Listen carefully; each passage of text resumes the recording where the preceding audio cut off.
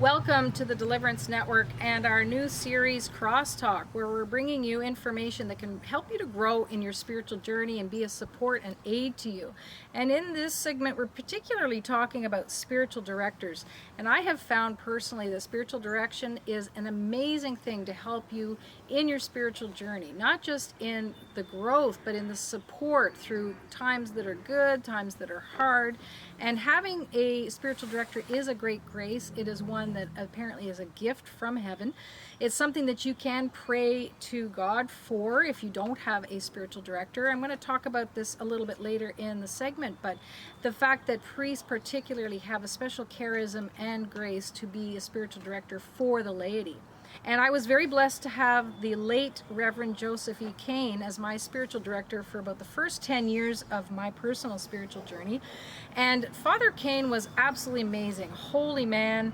I was so blessed to have him for at least 10 years, saw him regularly monthly. And literally God dropped him in my lap. I was not even searching for a spiritual director at the time, but certainly God knew that I would need one. And one of the blessings with spiritual directors, especially a Catholic priest spiritual director, is not only can they provide you with information, they can provide you with support, they can provide you with prayer and blessings, but they're also the voice of Christ speaking to you through the director. And this is mentioned in a book I'm going to be talking about in a little bit.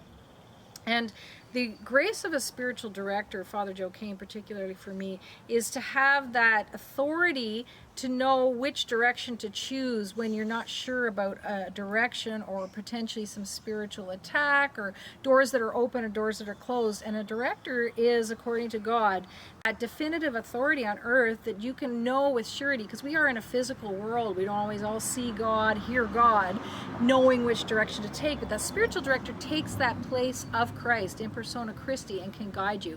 And as well, being able to go to the Catholic priest for the sacrament of confession and reconciliation as part of spiritual direction is an immense grace, because then you can partake in God's mercy. And several years ago, we were very blessed to film Father Joe Kane's sister, Gemma O'Sullivan, and she talked quite a bit about Father Kane's work over the years. He was an exorcist in the Catholic Church, very holy man, who did quite a bit of work in the missions in Peru, in South America, also quite a bit of work with the indigenous Inuit, I believe, up north in Canada. And so Father Joe Kane, a very, very experienced exorcist in the Catholic Church, and has a book that we're sharing with you a little bit later in this segment that is a culmination of all of his experiences and wisdom and prayers for the spiritual battle we're all in. And Gemma O'Sullivan, this segment from the vaults, is going to talk a little bit about the different mission work that Father Joe did as part of his life work for Christ. So I know you're going to really enjoy that as we share that with you today.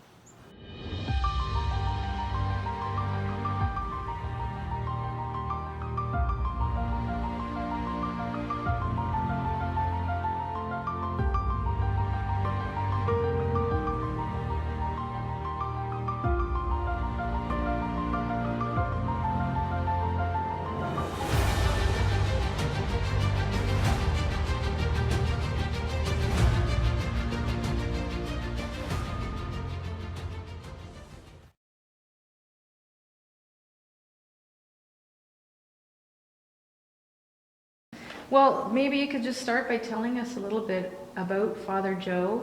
You know, you spent a lifetime knowing him because he was your brother. That's right. About his call and his call to the priesthood and how he became an exorcist, and then just some of the work that he did over his lifetime. Well, the first I remember about the priesthood being mentioned, I was 8 years old about. I was sitting on his knee, and I think he had heard, he was at university, and he came home. This was Prince Edward Island. We lived in the corner, Kane's Corner. And he was going to St. Dunstan's University, and a priest came from Ottawa, an oblate, and spoke about the Oblates of Mary Immaculate and the missions and so on. And I think in Joe's heart, he had already had the call, but when he heard about the missions and so on, he really knew that's what he was to do. So what I remember about it, he was home at Kane's Corner. I was sitting on his knee. He was talking to Mom and Dad, and all as I remember was that it was something very awesome, something very important that they were talking about. I don't remember the words at all, but my mother, of course, I was the youngest of 9. He was number 4. She would have liked us all to have had a religious calling. Yes. So I knew there was something, awesome going on. And that was, my father, I noticed, was a little sad. He was losing his son, who he said was the best man on a saw. When they did the sawing. And going in a completely different direction Yes. from the family. And But it led him into being called as an exorcist. Where did he start as an Well, exorcist? he entered the seminary in Ironbriar, near Ottawa. It's where it was. And actually, he was so brilliant there. I told him he could have left some of those brains for me. But he was so brilliant that they chose him from all of the seminarians, and there were many. From all the seminarians, he was chosen to go and study in Rome. And so he At studied the in Rome. Pontifical Seminary. Wow. So tell me a little bit about his work in Peru. He ultimately was called, and he spent how many years in Peru? He spent over 20 years in Peru. He worked in the barriadas, in the slums around Lima. Many thousands of people. And the poorest of the poor.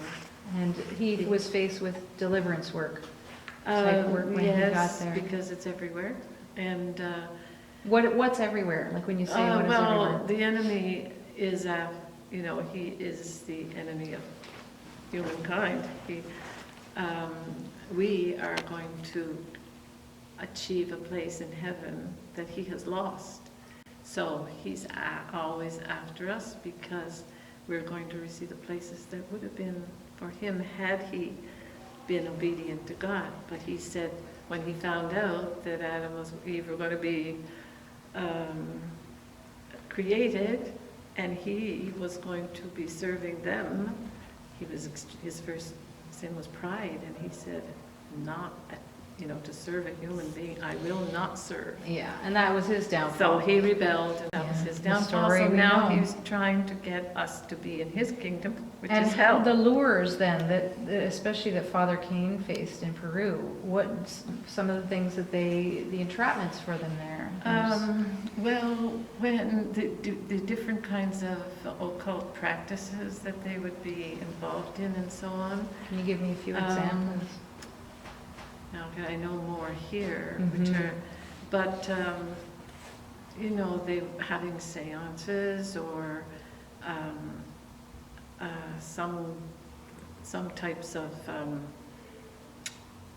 They have voodoo. yes, they had Yes. voodoo in Yeah. South America, and so on, and they would give in a way their will over to Satan without knowing it.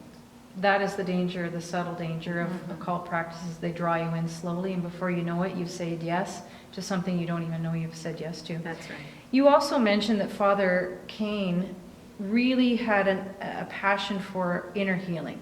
Yes. The small d of deliverance work. Can you tell me a little bit about that? Well, because he had such a heart for people and compassion, and everyone has problems. And he really wanted to free people up to be able to be healed by God for their injuries, whether they be mental, moral, physical, and especially the inner man, as you say, the inner self that needed healing, abuse in childhood, and this comes out in later life, being put down, being not, recognized, all of the hurts that we carry. that life goes, Yes. throws at you. In our And then inner being. addictions that come out of that. Yes, the addictions, and then being rejected. Rejection's a big one. Mhm. Absolutely. Rejection. And he just wanted people to be freed, and of course asking Jesus to come in and heal those times, because with God there is no time. True. So he can heal something that happened to us when we're 6 years old. And Father did a lot of work with healing masses and healing of the family tree as well. Do you want to tell me a little bit about that? Well, because many of the things that come to us that keep us from being free come through the family tree. Maybe our uncle or someone was a murderer, or you never know, or and these things can be passed down within the bloodlines. In the genetics, in the genetic Yes. code. Yes, it is. And so he became very much involved in healing of the family tree.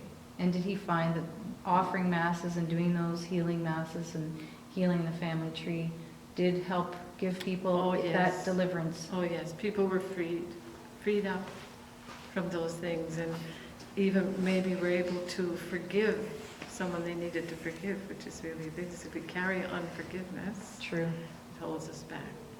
And maybe within the healing they would understand and be able to forgive any ancestors or something that's happening right in their immediate family.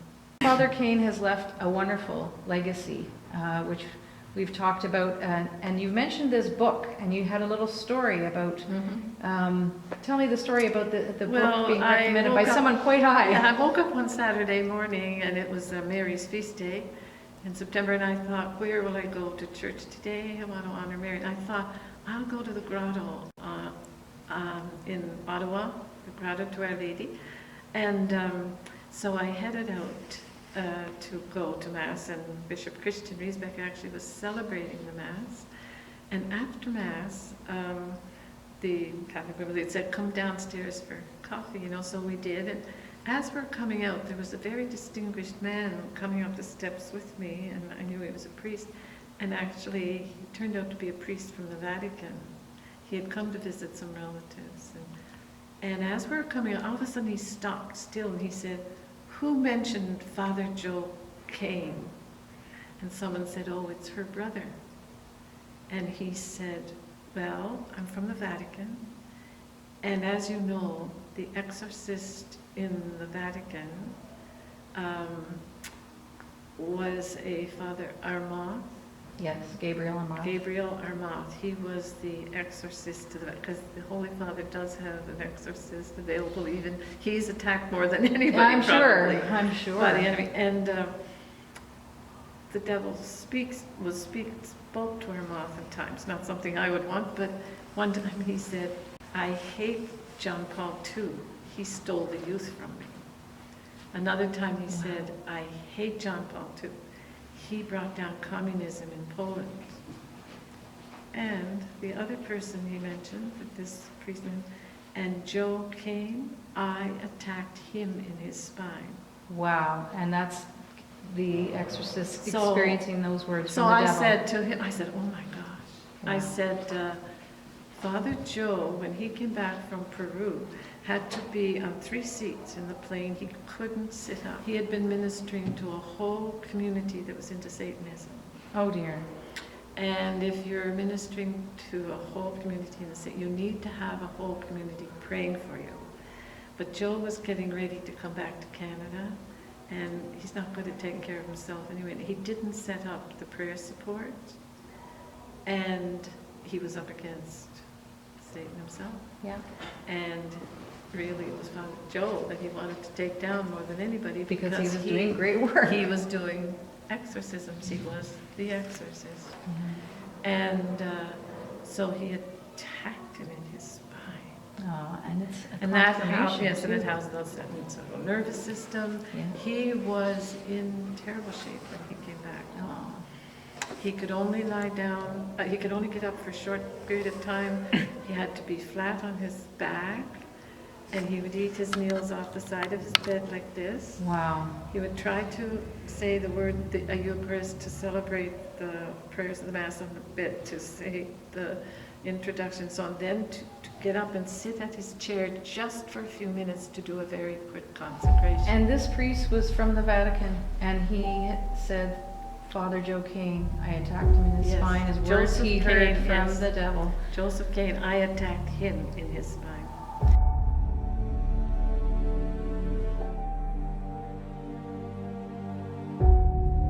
Well, I have talked to you in the past about ways that we can grow in holiness and different recommendations. And one of the things that is very helpful is to have a spiritual director.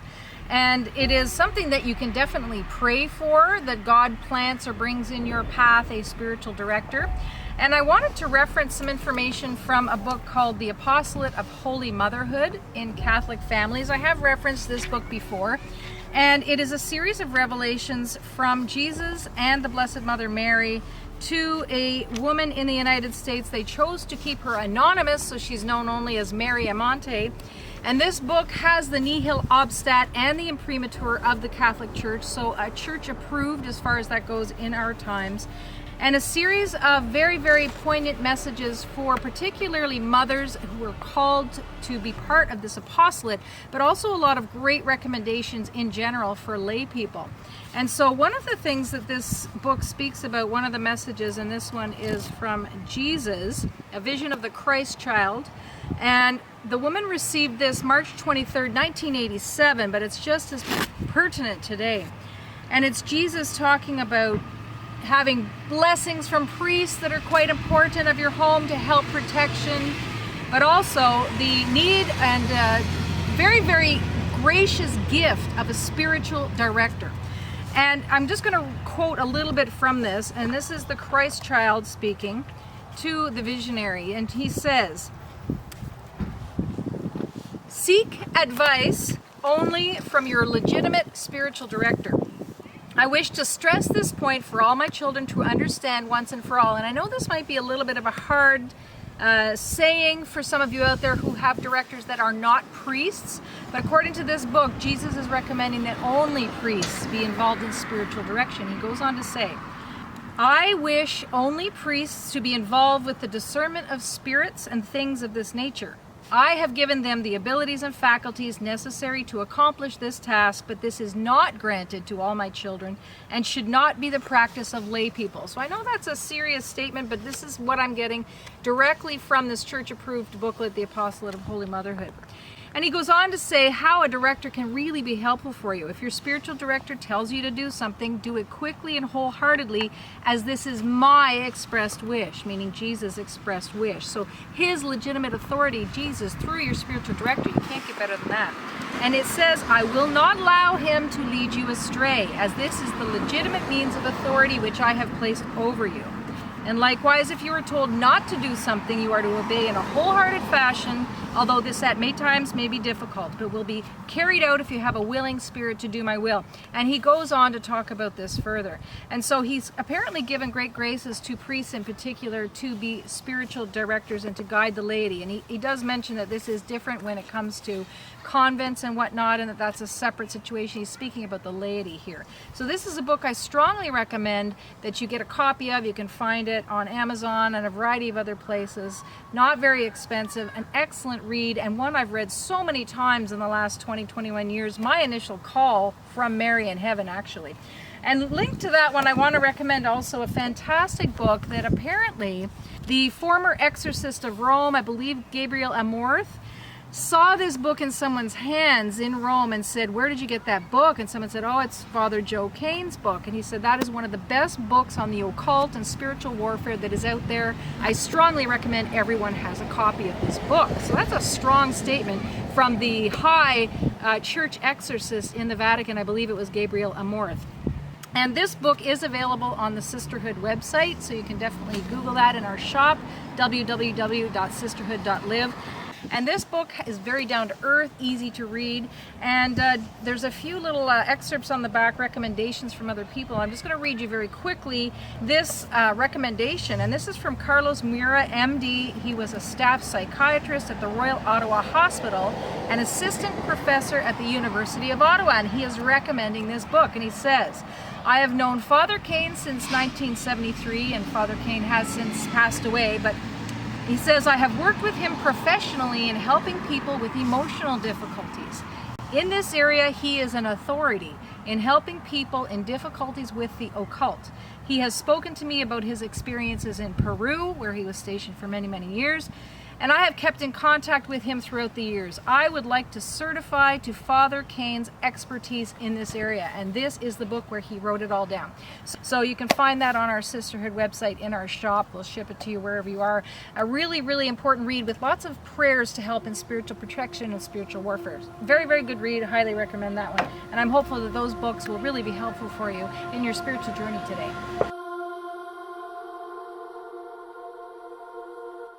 in our new Crosstalk series today on spiritual directors, we've spoken quite a bit about how a spiritual director can be a great grace and a great help, and we featured this book by Reverend Joseph E. Kane, Your Light Shines in My Darkness, Spiritual Warfare. And this book honestly is riddled with fantastic prayers for spiritual warfare, spiritual protection, and I love the way that he links together mental health and mental illness and spiritual attack and spiritual warfare and the need for discernment for both. And in our time with COVID-19 particularly, there are many struggling with mental health and anxiety and fear. And so this prayer I'd like to share with you today directly from the book is called Christ of Gethsemane Prayer. And it says, Christ of Gethsemane, flooded with mental anguish till your body sweated blood, teach us your compassion that feels with the anxious heart. Christ, praying more urgently till a strengthening angel came, make me a pillar of prayer and an ever-consoling messenger for the anguish of this age. Christ, lonely and suffering while the apostles were asleep, teach me to watch with you and pray with those whose darkness prevents their minds from praying. Christ, crying out to the Father, your will, not mine, be done. Help me to see in suffering the building of the kingdom and a yes to the will of the Father. So just one of the amazing many prayers in this book for you as a resource. And I pray that over you and for all of you watching today, and I hope that this book is a really good resource in the times to come. Thank you for being with us today in our new series Crosstalk from the Deliverance Network.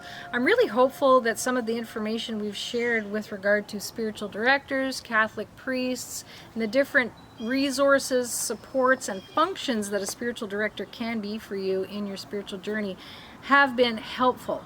And I'm also hopeful that some of the book resources that we've provided are a continuing thing that you could take from today's segment and go out and research for yourself, perhaps get one or two of the books that we have suggested or recommended. Pray about it to God as well. See what comes to you in your prayer life with regard to a spiritual director.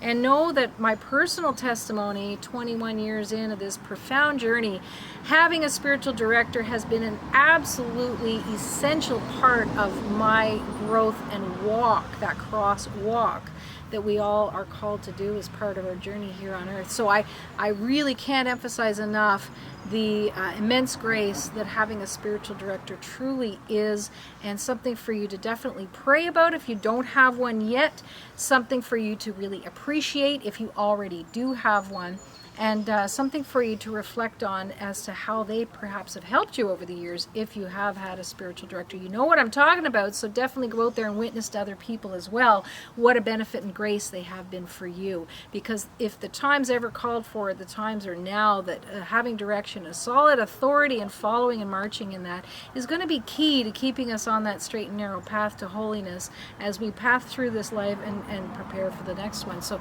God bless you. Thank you for joining us at Crosstalk today, and we wish you all the blessings till we see you next time. We're going to be speaking a little bit about some of the medicinal aids and recommendations from prophecies coming from heaven for our times and perhaps times coming. So stay tuned for our next segment next week, Crosstalk. Lots of great information to share with you there. God bless.